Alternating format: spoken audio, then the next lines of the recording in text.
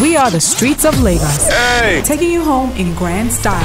The Beat 99.9. 99.9. That was Davido with Like That. It is time for me to say goodbye. But before that, though, we have got some very, very special guests in the studio. Gbemi is in the studio as well. Hi. And we have got two VIPs. We have got Mrs. Joanna Roper. She is the Special Envoy, the Commonwealth Office's Special Envoy for Gender Equality. Hello. And we also have, okay, I'm going to try this now. Laure Beaufils. Well done. Yes, the first female British Deputy High Commissioner to Nigeria. Good afternoon. Good afternoon. How, I know both of you probably have extremely busy days, so how have your days been so far? Well, my day's been fantastic, and in fact I've had a fantastic 3 days here in Nigeria. It's been my first time. I don't think it will be my last. I'm pretty confident I will be back here. And in fact, as you know, Toolz, I've spent a day in Maiduguri and a day in Abuja, and today I'm in Lagos, getting a real sense of what Nigerian life is like, but with particular focus on gender equality here. Good. Yes, I have been talking about it all day. I spent a good portion of the handover between the morning rush myself talking about my trip to the Bakassi IDP camp in Maiduguri. So just in case you didn't know, this is how it happened. So Mr. Paul Arkwright was on my show in December, and he said, "Oh, you know what? You should come with us when we're going for our next trip to an IDP camp in Maiduguri." And I thought, okay. I think when he said it to me, I just didn't know what to say. And he said, "No, I challenge you. You should come." And I was like, "Well, okay, let's just see how that goes." And earlier this year, I got a message, and I was really, really scared. And then, of course, a week before, our trip, there was a bomb blast. And I had to send several messages saying, "Is the trip still on? Is it still happening?"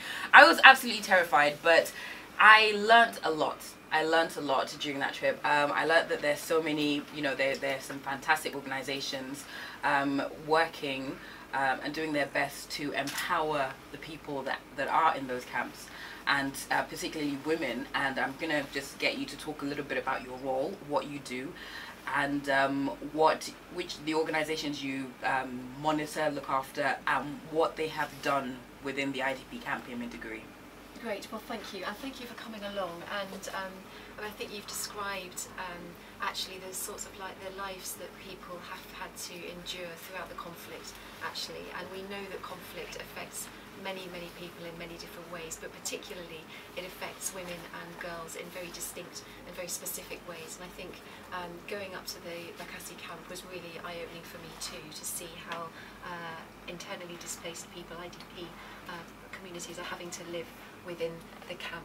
So it was very interesting to see, for example, young children trying to resume their education, going into the school and listening to the teachers about what they can do to try and resurrect and give these small children an education. But equally, as you've said, Toolz, how older women who perhaps haven't been able to go to school in their lifetime are themselves trying to make the most of the opportunities in literacy and other lessons, in fact, up in the camp as well.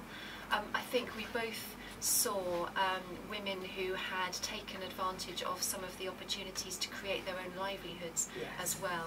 And there's a project that through the NGO organisations up there are lending funds to women to create their own businesses, to create their own, for example, trading opportunities, which I think in many ways helps those women regain confidence, but also the ability to support their families as well. So that was very, very powerful too. There was a woman that we met that was, I guess we're both fans, Fatima, yes. And she was absolutely amazing. I think I've talked about her once already, but I'm going to talk about her again. So she had 7 children. She had 7 children. Yes. Unfortunately, her husband was killed, and she arrived at the IDP camp with pretty much nothing. Yes. So she was one of the recipients of this 70,000 naira grant, which some people are probably listening saying 70,000 naira is nothing, but she was able to start a business, and she grew that into 3 businesses. And she's able to look after her children, and she sells, I don't know what they're called, but they're these things, they look like scent balls where you put them in the fire and, you know, makes everywhere smell nice. She had that. She sold other things, and she also had her daughter making clothes. Yes. So she really seemed to be a very, very smart businesswoman. Absolutely, Yeah, and you're right. I mean, and she had a real sense of pride in what she was doing. She was also teaching other women those skills too. So teaching women to, you know, how to use the sewing machine, going out to the market, buying the fabric, coming back and making those clothes. So she had really created this role for herself, and that had given her a really good sense of self-worth. And we saw other women too, perhaps not tailoring, but sort of making pasta and selling to local families there too. So there are lots of ingenious ways of trying to create means of livelihoods which really help up there. And for people that might not know, what sort of issues in terms of gender equality, what sort of issues are women over there facing, women in Maiduguri, women really across Nigeria? So I think, as I said earlier, I mean, conflict affects many communities, but in particular for women, we know that it affects them and children too in very specific ways. So for example, a big focus for the UK is girls' education. It's a big focus of what our development department, DFID, does, but also for the Foreign Office and the Foreign Secretary. Helping girls get into education and helping them stay there is really important. And in conflict areas, we see that girls are 2.5 times more likely to be out of school. Their schooling, their education is disrupted, and it's very difficult for them to get back into that system. And of course that has subsequent impacts on their lives and the inequalities that they will face in later life too. So that's a big concern and a big priority for us. And I think the work that the UK government across the board has done on women, peace and security is really important in this respect. Nigeria is a partner for us. The UK launched its 4th National Action Plan just last week, and we did another event in Abuja yesterday, which was really well attended. And where we can work with Nigeria, both at federal and state level, is really important. There's lots that we can do, and that takes the form of supporting women's empowerment, women's voice in politics, for example, and in particular the role that women can play in conflict resolution, peace, reconciliation, negotiations, because there is data, there is evidence to support that when women are meaningfully involved in those peace, reconciliation, negotiation processes, then those processes themselves have a 35% greater chance of lasting for 15 years or more. And that's something that we can't ignore. We need to get more women into those peace processes around the world. I'm going to see if Gbemi has any questions, because obviously I imagine this is something that's I mean, quite important to you. It's a lot, and there's so many questions that I have. In doing this and in pursuing the goals, have you received any opposition or any, should I say, basically... You face any obstacles? Yeah, obstacles. Yeah. That's the word I was looking for, basically. I mean, I know you can't go into necessarily details and stuff like that, but has there been any obstacles that you've and what are they, if you can? So I think looking back around the world, you know, clearly gender inequality takes on very different forms, and we can in very many areas recognise that progress has been made, but equally I think it's a long journey. Absolutely. And I think there are lots and lots of challenges still facing women and girls around the world, and what we're trying to do is basically close the gap between men and women and boys and girls, so everybody has the same opportunity, the same access to education, the same ability to live their lives in safety and without fear. And inevitably, you know, there are conversations and discussions that need to take place to help that long-term journey, if you like. But that shouldn't mean that we shouldn't be up for those conversations. You know, we need to engage, we need to talk to people, and set out not only that it's the right thing to do, because there is a very morally compelling case for this, but actually it's the smart thing to do. And we know that when, for example, women are meaningfully involved in the economy, then they bring a huge amount to contribute to that economy and close the gap. Yes, Thank you very much. Thank you, because I think we over the last you know, sort of 2 days, I think we've met lots of different people, and it's quite interesting. Is it a school or community, Pasha community where we were yesterday? It's the Engine. The Engine, yes, the Engine School. there was a young lady that stood up and just said, well, she stopped going to school because her parents thought that as a girl, her education wasn't as important as her, you know, male siblings. And I'm just thinking, oh my goodness, it's just shocking that, you know, this still happens, and it is still, but it actually still happens. Okay, so we also have, how do I refer to you? You can call me Laure. Laure, okay, alright. I don't know if I'm commissioner or something. Okay, so you are the, like I said earlier, the first female deputy commissioner to Nigeria. So can you tell us a little bit about your role? Sure. So I am basically responsible for taking forward the British government's work here in Lagos and in the southwest. Given that Lagos is the economic capital, obviously a big element of my role is about supporting economic partnerships between the UK and Nigeria, strengthening our commercial linkages, trade, and supporting economic development more broadly. But beyond that, of course, I take forward other political roles, including obviously promoting the rights of women and girls, as we've just been discussing, and supporting the plethora of objectives that we have as the UK and Nigeria. Okay, and how long have you been doing this? I've been here for 11 months now, coming to my first anniversary. So, thank God for Google. I just quickly put your name in there, and apparently you used to work in, you were working on a project in Rwanda, was it? That's right, I was running the UK Department for International Development in Rwanda. Okay, so what kind of things did you do there? So I was responsible for the aid programme. We were spending about £80 million a year in support of poverty reduction in Rwanda, with a focus on strengthening good governance, again, inclusive growth and economic development, and human development and education, girls' education in particular. What kind of challenges did you face then, and are they similar to, I imagine... I was going to ask that, actually. I was looking at her and they list Rwanda, Ethiopia, India. Countries that have similar issues with Nigeria. Yeah, so with, you know, gender equality. So what kind of obstacles, what kind of challenges did you face there, and are they similar to the challenges you're facing in Nigeria? I'd love to think it's been a very, very smooth journey so far, but I imagine there are a few things that you'd probably, you know, like to remove. Yeah, so it's a really interesting question, actually, in particular between Rwanda and Nigeria. There's a lot of similarities, but huge amounts of contrast. So I've come from a country in Rwanda of less than 12 million people for the whole country, and I've moved to Lagos, a city of nearly 20-something million people. Rwanda's quite controlled, quite top-down, very clean, not very chaotic, and I've come to wonderful Lagos, which is quite the opposite. Very chaotic, not very clean. The chaos brings spice, but exactly, to your life. Dynamic, entrepreneurial, edgy, creative, entrepreneurial, you know, all the wonderful dynamic things about Lagos. So that's been a great contrast, and I've loved having gone from Rwanda to Lagos rather than the other way around. I think if I were to go back now, I might be a little bit bored after having been privy to the joys of Lagos. Well, they kind of say if you can live and survive in Lagos, you can survive anywhere. Yeah. And I think that's true.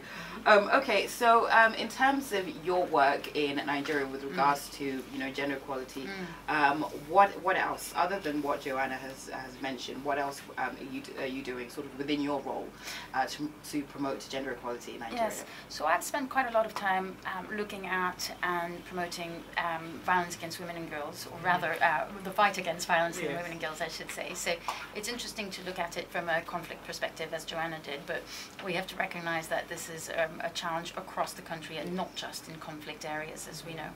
And the statistics, I think, are pretty well known.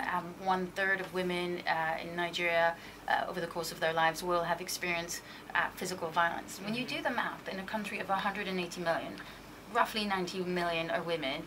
A third of that is 30 million women, right? So that's 1/3 of your listeners and 30 million women in the country, which is totally unacceptable. So what we've sought to do is raise awareness about this issue, contribute to breaking the silence, to ensuring that women who have been the victims of violence know that it is not their fault, encouraging them to speak out, working with policy makers to ensure that legislation is in place to support these women and to provide them with support by way of health services and the like as well.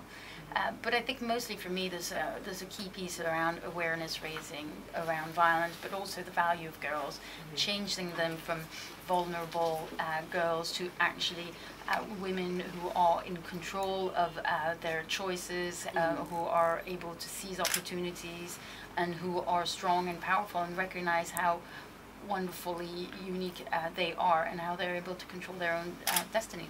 Okay, thank you.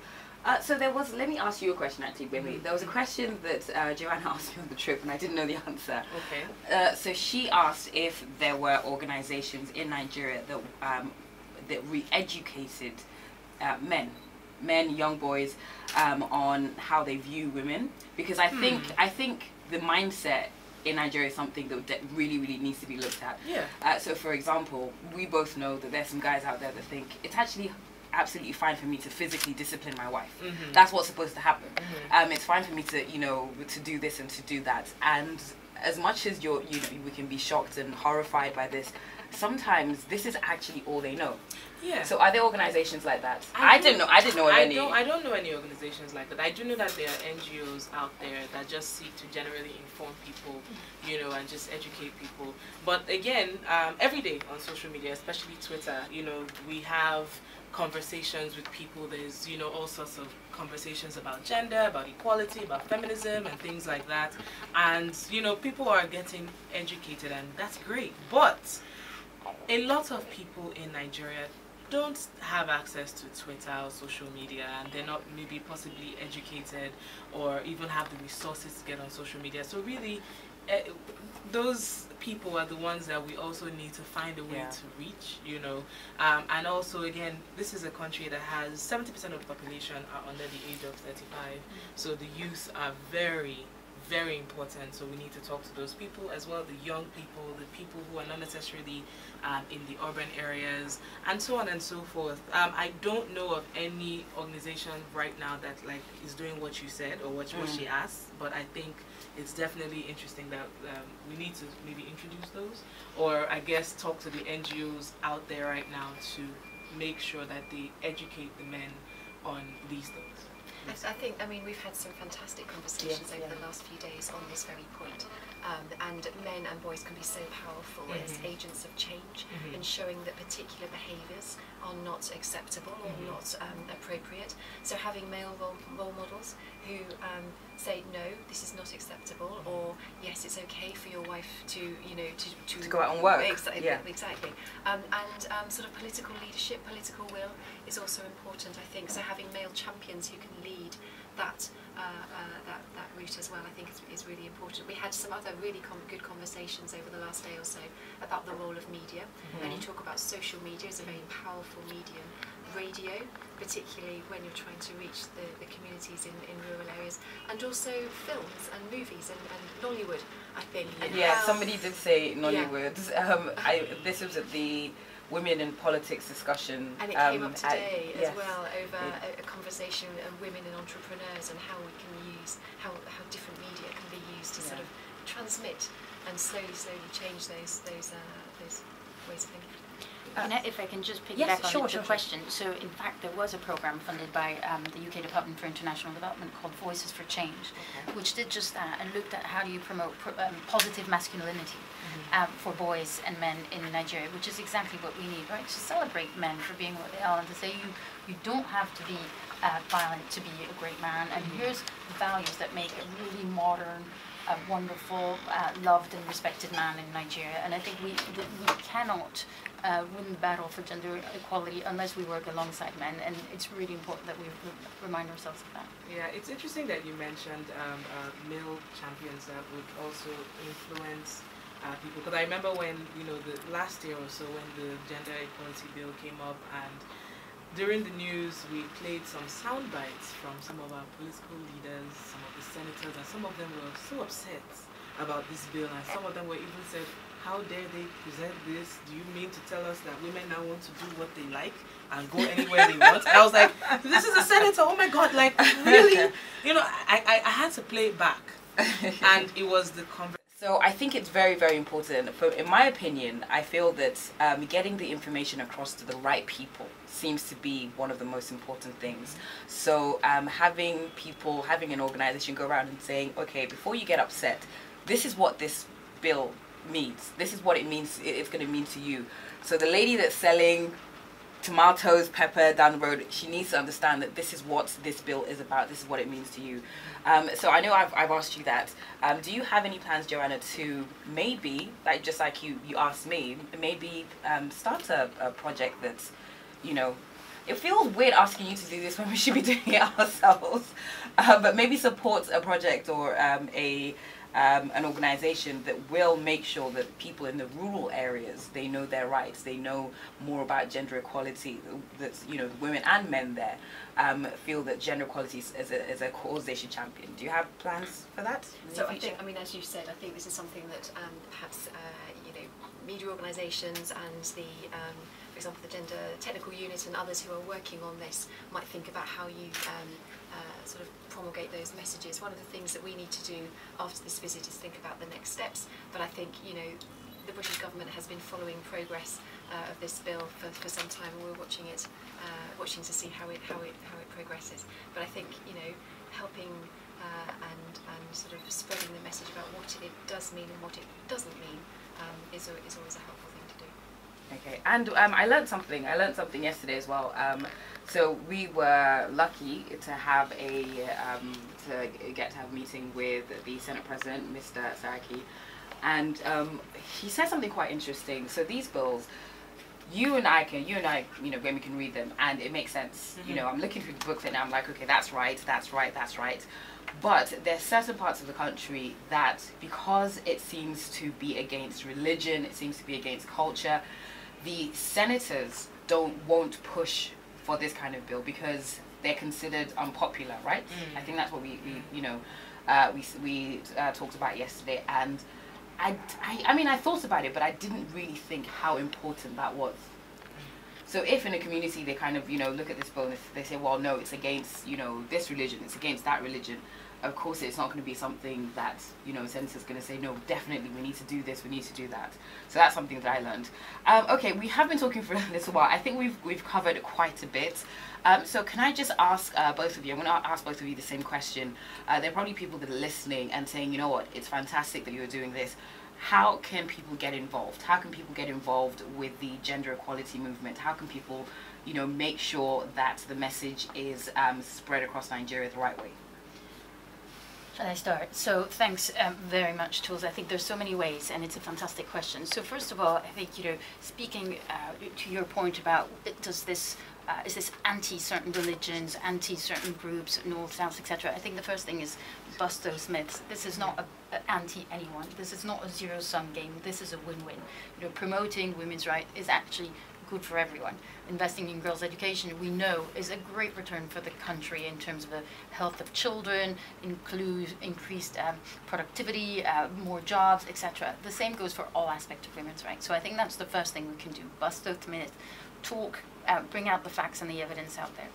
Second of all, I think we all have a role in how we relate in particular to the younger generations and boys and girls. So ensuring that when we educate our daughters and our sons, we educate them in the same way. We encourage our daughters in particular to excel at maths and science and football, and we teach our boys in the same way that we would our girls to, you know, learn to cook, for example. And I think we can all do that. Third, I think we all have... We're laughing because you're about to set us off. You're about to set us off. Oh, no. We've had this conversation so many times, but we'll let you finish. Sorry. Well, I was going to say, the third point, that's fine, and I'd love to hear why you set off. Third, I think we all have a role in speaking out when we hear sexism. I think we hear it on a very common basis, and we often let it go. And if we could gently point it out, I'm not saying in aggressive fashion, because in fact that's what we must demonstrate, that this is not. It's not aggressive. It's actually about coming together for the greater good. And if we speak out when we see things that are actually discriminatory or unfair or preventing girls from expressing themselves and the like, if we all do it gently, I think that, you know, bottom-up movement can make a real difference, which should be an empowering message that actually this is not just about decision makers, policy makers, high level, influential, wealthy people. It's about all of us. We can all make that difference in our day-to-day lives. Okay. So sorry, the reason we were laughing is we have these conversations, I think, maybe every other day. Yeah. So, you know, for example, I told Joanna about when I was leaving South Africa. I was leaving Cape Town. I was going to Johannesburg. And I was so excited because the crew on that flight, it was almost all female. So the captain and the first officer were female, and I just got very excited. So I got to take a picture with them, and I posted it. And somebody actually said, "Oh my goodness!" Some guy who was like an engineer or something. He said, "You're really good. If I'd seen a woman, you know, as a pilot of the plane, I would have gotten down. I wouldn't have gotten on the plane." And I was just thinking, the fact that you said this so openly, so confidently, you don't see that as wrong. So we have these conversations a lot. I don't know about you. I don't know if you agree with me, Gbemi, but one thing that I think it really is a mindset situation. It is a mindset, and I think that is also passed down from generation to generation. Even as simple conversations like, like you're driving on the road and someone says to a guy, "Why are you driving like a woman?" You know, gently, like you said, let them know, you know, that's not really appropriate. Yeah. Women are capable of driving properly. Yes, we drive properly. Some women don't drive properly. Some men don't drive properly. You know, it's simple. As things like that, I think we need to, or why are you acting like a woman? Or you tell a guy that, basically trying to say that maybe women are generally unstable or emotional, or, you know, just little things that we say to each other as friends. I feel like we need to pretty much just caution ourselves, because a lot of us internalize sexism and we don't even know. There's something that you said just a few seconds ago, Laura, that I think maybe we can relate to. The whole growing up. She's the only girl, right? She's the only girl, and I know you said this several times where growing up you were the one that was in the kitchen, and the boys weren't in the kitchen, and it was kind of like, well, you're the girl, you have to cook, you know, the boys don't have to cook. Is this how you're going to act in your husband's house? They start to say this to girls as young as age 5 and 6 and 7, and I'm like, let the kid be a kid. She's 7. Why are you telling her about her husband's house? Or, you know, things like that. And even before I even knew what being gender equality was, or being a feminist, I remember very vividly, I was 9, in the kitchen with my mother, we're sweating, cooking, and then my brothers were upstairs playing video games. I unplugged everything. I was like, everybody into the kitchen now. We're all going to eat this food, right? Right? My mother didn't know what to say. She didn't know. I was like, everybody, like, I unplugged the games, like, no, we're all going to help out. We're all going to eat this food, so we're all going to help out. And that's pretty much how I've always been. So I think that in general, everybody needs to be involved, because I feel like we all need to be well-rounded individuals, and ladies don't shy away from things that are quote-unquote considered for men. You understand? Jobs. Exactly. Okay, sorry, before I get you to answer the same question, Joanna, I'm just going to take a few tweets. Call Me Dio says, this interview is so insightful. I love it. Gender equality all the way. And I think we've half answered your question. Funky Keck says, hi, how can Nigerians volunteer or help with this project? Okay, so I'll get you to answer the question that I asked before, and then if you have any ideas on how, you know, we can do more and people can volunteer and be part of these projects. Yeah, please share. Thank you.